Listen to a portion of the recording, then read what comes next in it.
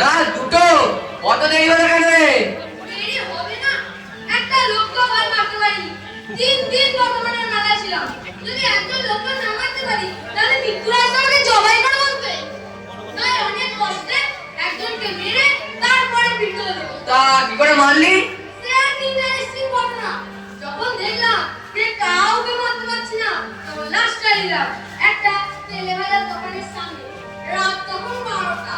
কিছুক্ষণের মধ্যেই দেখি মোটা একটা মেয়ে এলো তেলে ভাজার দোকানের সামনে তেলে ভাজা নিয়ে খাচ্ছে। তারপর যে লোক তেলে ভাজা খাচ্ছে চলেছে অমনি গলক খেয়েছে। কিন্তু ওই অত মোটা মেয়ে লোক যে অত জোরে দৌড়াতে পারে তা আমার ধারণাই ছিল না। মাত্র 3 বার দৌড়, বাস ফিনিশ। তোর কাজ বেশ আরামে, আর আমার ইনজেকশন খেতে খেতে গা হাত পা ব্যথা হয়ে গেল। কেন রে লক্কা, এত ইনজেকশন আবার খেলি কেন? কি আর বলবো ভাই, দুর্ভাগ্যের কথা। কালকে যা ভুল করেছি। কি ভুল করলি? কালকে একটা ছেলেকে ধরেছিলাম, তা আমি কি তা জানতাম সে বড় লোকের ছেলে? যেমনি ধরেছি অমনি যাদবপুর হাসপাতালে নিয়ে গিয়ে দিল ঝেড়ে 24টা ইনজেকশন। ইস, তুই কি করলি? কি আর করবো, মনে মনে চিন্তা করে দেখলুম যে বাপের নামটুকু মনে আছে কিনা। দেখি প্রায় ভুলে গেছি। অমনি বাপ বাপ বলে ছেড়ে পালিয়ে এলাম। ভাবি তাকে দেখে কিছু লোক মেরে রেখে দিয়েছিলাম, তাহলে তো মিত্ররাজা গালাগালি শুনতে শুনতে অন্নপ্রাশনে ভাত ধরে চলে আসতো। কি রে, তোরা এখানে দাঁড়িয়ে দাঁড়িয়ে আড্ডা মারছিস, আর আমি ওদিকে সারা জম্পুরি পুজো হয়রান হয়ে গেলাম। দেখ চুলকানি, তোর মতো আমাদের মতো হালকা কাজ করতে হয় না, আমাদের লোক মারতে হয়, বুঝলি? সারাদিন পরিশ্রম করে এখন তোর সাথে দাঁড়ানোর মতন আমাদের ধৈর্য নেই। আর যমরাজের জন্মদিন, সব খেয়াল আছে তো?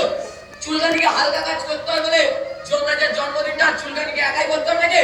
আরে বাবা, প্রতিবার যে গান গানে গেয়ে থাকি তাই গাইবো। যমরাজের জন্মদিন বলে কি এখন থেকে লাল লাল কবরে ঘুরে বেড়াবো নাকি? বেশ, তোমরা যা ভালো হচ্ছে তাই করো। মৃত্যুরাজের কাছে গালাগাল খেতে হলে ওটা তোমরা খাবে, আমি কিচ্ছু জানি না। আমি কিছু জানি না, উল্লু কোথায়? তোরা তোমাদের আমার দরকার কি রে? এই, আমার উপরে তো চোখ রাখবি না, আমি তো চোখ রাখবো তোর ধার ধারি না। চুপ করে থাক, বেশি বকবক করিস না। কেন, তোর ভয় নাকি? হ্যাঁ, হ্যাঁ আমার ভয়ে। এইসব ভাত তোর জায়গায় দেখাবি। এমন বলে দেখাবো না, বুঝবি তখন। কি মনে দেখাবি রে? হ্যাঁ, নির্মলে দেখাবি। তবে দেখ। ওম ডিং ফট। ও ম্যালেরিয়া, ও ম্যালেরিয়া। আরে কি হচ্ছে তোদের? এখন আমার চুলকানি কি আরম্ভ করেছে? ছাড় তোর চুলকানি, ছাড় বলছি। নইলে কিন্তু তোর আগে ডেকে তোকে মরতে বলবো। দেখবি কেমন লাগে। দাঁড়া, বলা, ওই বলা। আরে দাঁড়া। ওম ফট। আচ্ছা, ওদেরকে কিছু বলতে পারো না? দিন রাত আমার পেছনে লেগে থাকে। তোরাই না কেন চুলকানির পিছনে লেগে থাকিস? ও একটু গান বাজনা পছন্দ করে, ওর সাথে একটু গান বাজনা করলেই বা দোষ কি হয়? আমরা তো নাস্তিকার করি না। কাল যমরাজের জন্মদিন, গান টান করে রেডি করতে বলেছি, সেই নিয়ে এরা আমায় মাঝে মাঝে বাজে বকিস রে। তোকে কখন মারতে গেলাম রে? এই বাজে কথা তখন বললি না? মেরে তোর ছাল ছাড়িয়ে নেবো, মাথার মুড়ি ঘন্ট খাবো, ঠ্যাঙে চাল খাবো, বললি না? কি বিচ্ছুক রে বাবা, বাপরে বাপ। কি ব্যাপার? আমায় ডাকলে কেন? এমনি তোকে ডেকেছিলাম কলেরা। তোরা চুলকুনির সাথে একটু গান বাজনা করি না? আচ্ছা, তুমিই বলো ম্যালেরিয়া দা, সারাদিন পরিশ্রম করে এখন কি কারোর গান বাজনা ভালো লাগে? এত পরিশ্রম করে কি খাই বলতে পারো? এই তো সামান্য মাইনে, প্রত্যেক মাসে ধার করতে হয়, তারপর লেগেই আছে। আজ যমরাজের জন্মদিন, কাল মৃত্যুরাজের বাপের ছবিটা করো, ভালো লাগে তো? সবই বুঝি রে, কিন্তু উপায় কি বল? আমাদের যে টাকার অভাব হতে পারে, ওপরওয়ালারা সেটা স্বীকারই করতে চায় না। ভয় দেখিয়ে, চোখ রাঙিয়ে কাজ চালিয়ে নিতে পারলেই তাদের দায়িত্ব শেষ। আমাকে কাজ করতে গিয়ে কত অসুবিধা ভোগ করতে হয়। দেখো ম্যানেজারদা, কে কোনটা চিন্তা করছিস? মৃত্যুরাজকে বলেছি।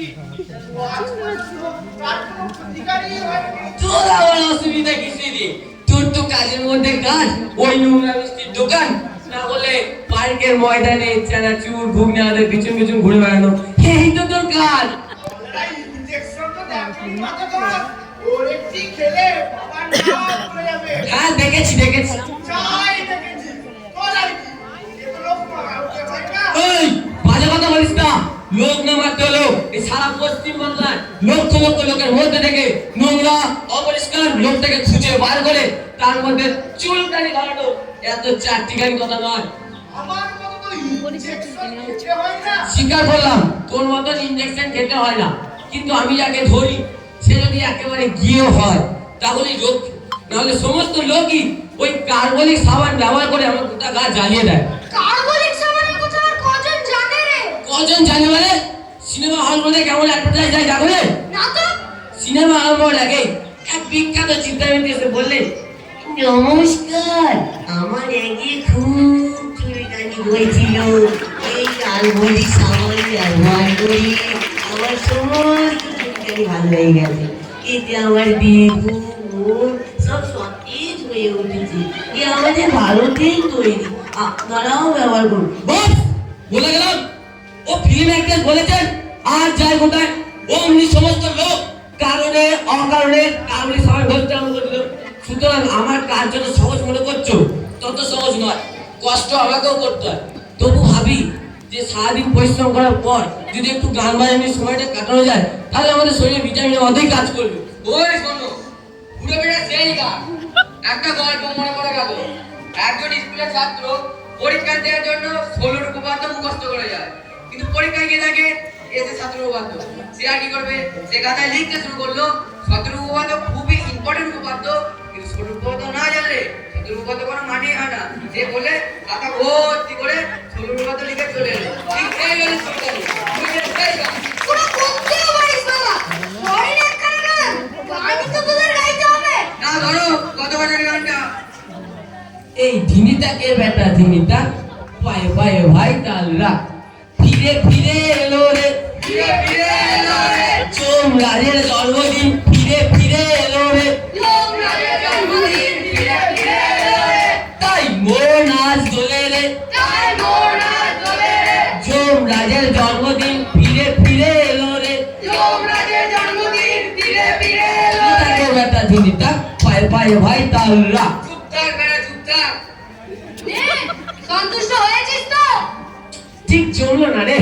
আর জমিয়ে কাজ রে, পেটে ভাত নেই, চোখটাতে জল ওদের পালন। শোনো ম্যানেজাররা, আমাদের মাইনে বাড়াতেই হবে, এভাবে সংসার চালানো মুশকিল। পারবি তো না? তাহলে 7 দিনে মাইনে বাড়ানো যাবে। কেমন করে? ধর্মঘট 24 ঘন্টার নোটিশ দিয়ে ধর্মঘট করতে হবে, কিন্তু আমরা কজন মিলে করলে তো চলবে না। পশ্চিমা সমস্ত অসুখকে একসঙ্গে ধর্মঘট করতে হবে, তাহলে দেখবি মাইনে না বাড়িয়ে আর পারবে না। কিন্তু আমরা হেড হাউসে কাজ করি বলে সমস্ত কাজে আমাদের অগ্রসর হতে হয়। এই কালা জালের কথা আমি বাদ দিলাম, কারণ ও একটা মাথা দিন রাত মদ গিলে পড়ে আছে, সুতরাং ওকে বাদ দিয়েই কাজ করতে হবে। এখন চিন্তা করে দেখ পারবি কিনা। নিশ্চয়ই পারবো। এটা না পারার কি আছে? তাহলে আমি সব বসন্তের খবর দিতে যাই। তাহলে তো ধর্মঘটে কাজ ঠিক করবে তাহলে। চুপ থাক। দিনটা ছিল গান আর গান। শোনো ম্যানেজাররা, এবার আমরা সবাই রাজি আছি। কিন্তু আমি ভাবছি করোনারি থম্বোসিসের কথা। উনি আমাদের চাইতে মাইনে বেশি পান, ভালো চাকরি করেন, উনি হয়তো ধর্মঘটে যোগ দেবেন না। মাইনে বেশি পেলে আর কত রে? সব মিলিয়ে 250 টাকা। না না, আমার তো মনে হয় সে নিশ্চয়ই ধর্মঘট করতে পারে। তোর কোনো আইডিয়া হয়নি। ওই বেশি টাকার কর্মচারীগুলো হচ্ছে সব থেকে বেশি শয়তান। একটু উঁচু পোস্টের চাকরি করে বলে সব সময় টাকা দেখিয়ে চলে। ওই করোনারি থম্বোসিসের কোনো ব্যাপার আমার আর জানতে বাকি নেই। আচ্ছা, অলরেডি কমিশন আর আমি দিচ্ছি। ও যদি ধর্মরাজের যোগ না দেয়, ওর হাত পা মেরে ঘরে চলে যাবো। ওই থম্বোসিস যে অফিসার রে, ওর হাত পা ভাঙবো করে। আরে রেখে দাও তোমার ওই অফিসার। কত অফিসার দেখে এলাম, মারের চোখে ভূত মাথায়। আর করোনারি কমিশন ছেলে মানুষ, তোমরা কিচ্ছু ভেবো না, ওর ভার আমি নিচ্ছি। এবার বুঝতে পারছো ম্যানেজাররা, এবার আমরা সবাই রাজি আছি। শুধু রাজি থাকলেই তো চলবে না, আগে তোমাদের মধ্যে একজনকে লিডার ঠিক করে বলো, যে নাকি পুলিশের গুলি এই বুক পেতে নিতে পারে। এই চুলকুনি পড়ে নাকি আমি না না ওই আমাদের কলেরা পারে। এই, কে বলেছে আমি পারি? ও তাহলে আমার সবারে চুপ করে থাক। ও মনে পড়েছে এ আমাদের জবকা পারে। হ্যাঁ হ্যাঁ, আমি পারি। তাহলে এখানে ঠিক হয়ে গেল, যখন আমাদের লিডার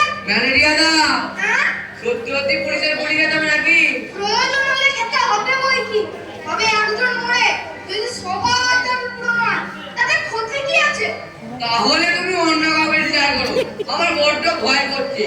তুমি আমার ডিলার হও না। হ্যাঁ সেই ভালো। আমার রিটায়ার হওয়ার মাত্র কয়েক বছর বাকি। এর আগেই যদি পুলিশের গুলি খেয়ে মরে যায় তাহলে পেনশনের টাকাটা ছোট হয়ে যাবে। সারা জীবন পরিশ্রম করে শেষকালটা পুলিশের গুলিতে প্রাণ দেবো। তাছাড়া আমার বয়স হয়েছে, রিটায়ার হতে গেলে রক্তের জোর চাই, বুঝলি? তুই হচ্ছিস যক্ষা, রক্ত নিয়েই তোর কারবার। সুতরাং রিটায়ার হওয়ার একমাত্র উপযুক্ত হচ্ছিস তুই। বেশ, আমি হবো, কিন্তু মরে গেলে খবরের কাগজে ছবি তুলতে হবে কিন্তু। মরে গেলে কেন রে? তাহলে তো গলায় মালা পরিয়ে খবরের কাগজে বড় করে ছবি তুলে দেবো। তাহলে আমাদের মাইনে বানানোর দাবিটা লিখে ফেল। ঠিক আছে, আমি নিয়ে আসছি। তাহলে তো দরওয়ানে একটা গান ঠিক করে ফেলতে হবে। আবার গান না হলে রক্ত কম হবে কি করে? তোকে পিটিয়ে গরম করে হান্ড এই যদি গানে বলবি তোকে আস্তরা বলে দিচ্ছি। এই নাও, হয়েছে নাকি দেখো। হ্যাঁ ঠিক আছে, এটা আজই মৃত্যুরাজের হাতে পৌঁছানোর ব্যবস্থা কর। এই যে তোমরা অনেকেই আছো দেখছি, ভালোই হয়েছে। শোনো, মৃত্যুরাজের হাতে তোমরা যদি এরপর থেকে পৃথিবীতে লোক না মারো তাহলে কারো চাকরি থাকবে না। বিহার, মাদ্রাস, বোম্বে কত বেশি লোক মরছে, অথচ সেই তুলনায় পশ্চিমবাংলায় একদম লোক মরছে না। বেশি কেন? কাল থেকে দেখবেন একেবারেই লোক মরবে না। আহ, কালকে জমদারির জন্মদিনটা খুঁজে দিতে দে না। চুপ থাক।